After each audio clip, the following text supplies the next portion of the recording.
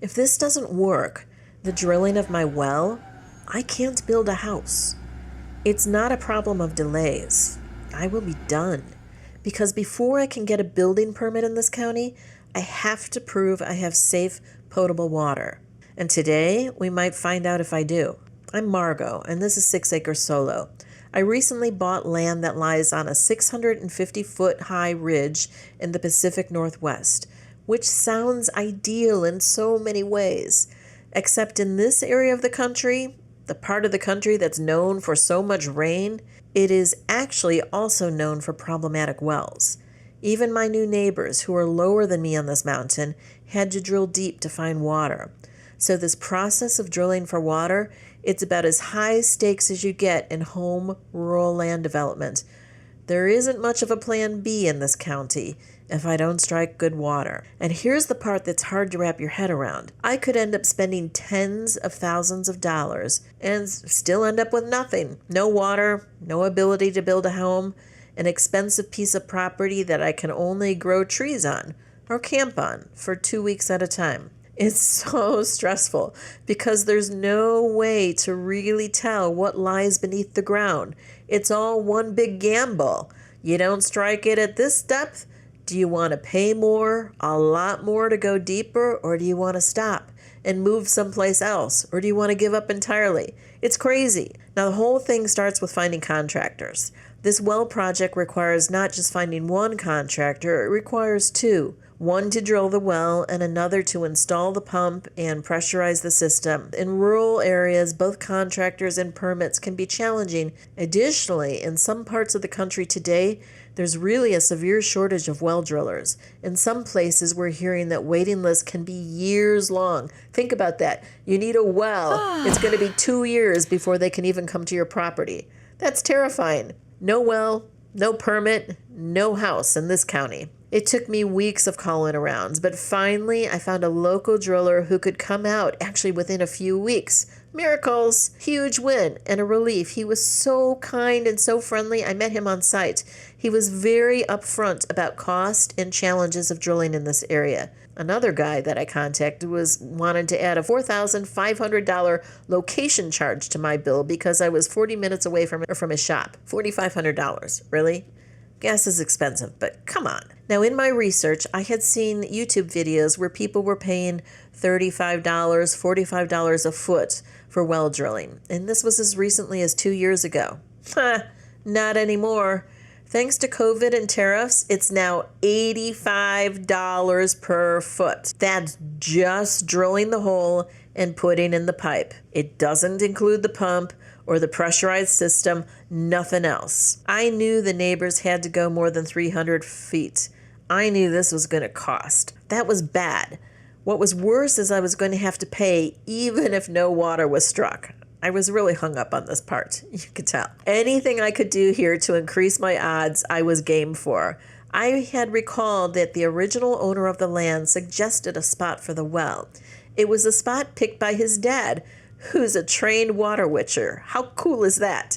It's where you walk the land with some sensitive sticks to try to detect the best places for water. I don't know if it's real or not, but at this point, I didn't care.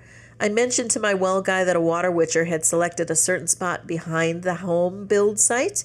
He shared that he actually had seen water witching work more than once, and so I was going for it. Anything that could improve my odds, I was all in. So we locked in on that location and planned to move forward. My fingers were crossed. March 10th, about a month after finding my well drilling guy, my cameras caught the drilling rig arriving on my property. And of course, I'm out of state and about to get on a plane for 4 hours. I was so worried they'd call and ask, should we stop here? And I wouldn't be there. I'd be in a plane. Those worries that they would strike water in 4 hours, they unfortunately ended up being a total non-issue. 8 feet into the drilling, they hit quartz and basalt. 8 feet. They told me this was very unusual. Leave it to me to buy the atypical lands, right?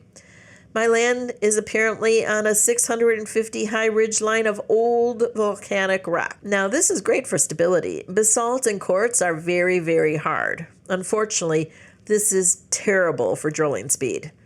So many hours later, at 105 feet, they struck water. Don't get excited.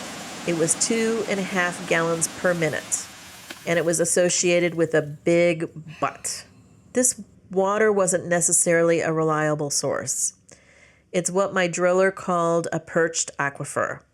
It's a small pocket of water sitting above rock. Typically, it gets recharged with heavy rains. He told me that there was a very good chance that in the summer it would dry up. What I really liked about working with this particular drilling contractor, he told me since it was just me, I could stop here if I put in a cistern to hold more water during the dry seasons. He said I would probably be just fine doing that. He also told me we could go deeper and might find water, but it wasn't guaranteed.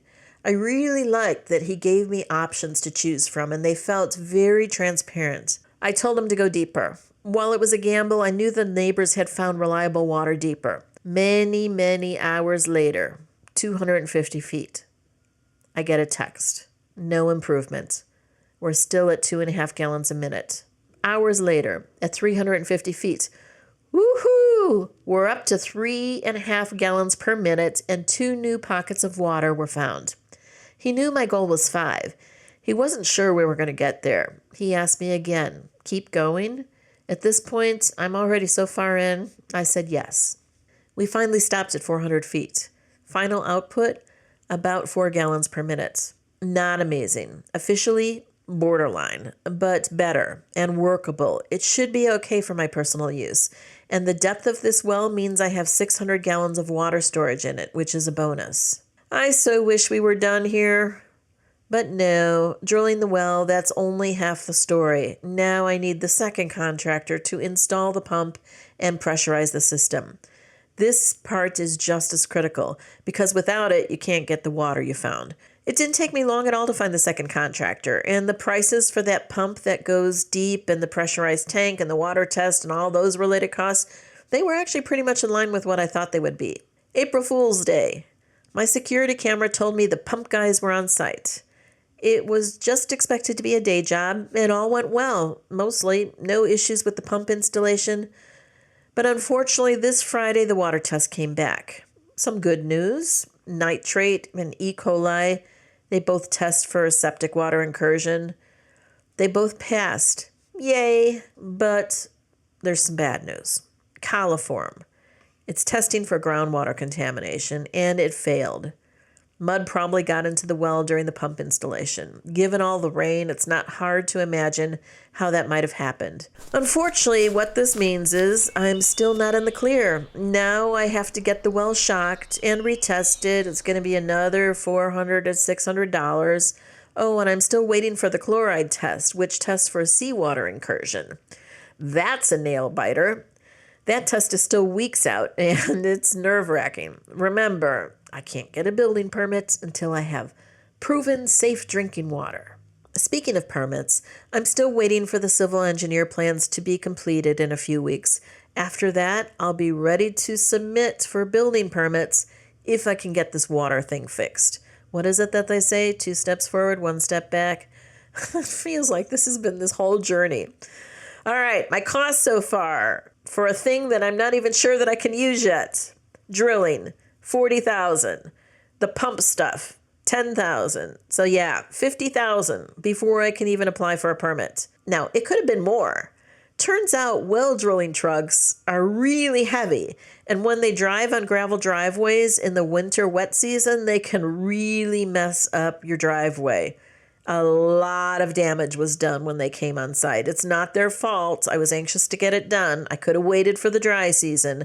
And yeah, those big heavy trucks, they tore up the driveway something fierce. Amazingly, this week, the former owner was visiting his buddy, who's also my future new neighbor, with his mini excavator to do some work for the neighbor, and he offered to buff up my driveway. Is that over the top nice or what? The damage was pretty bad, but he's already fixed it. Finally, some good news.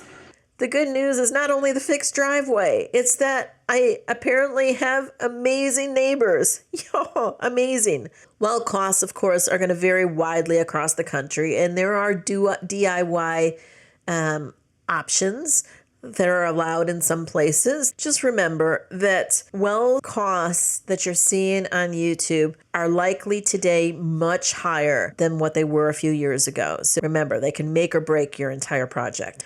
So this week I'm one step closer to the dream, but I'm still not permit ready. I'm currently waiting for the final official water test results. If you want to see how all this plays out and whether those 400 feet actually hold the key to my homestead, please hit the subscribe button. It's a tiny action, but it tells me that I'm not speaking into the void. Now, while I wait for those lab tests to come back, I've got to do a pivot. I'm shifting gears to get my current home ready for the market, which means tackling a horrible, horrible project that I've been dreading.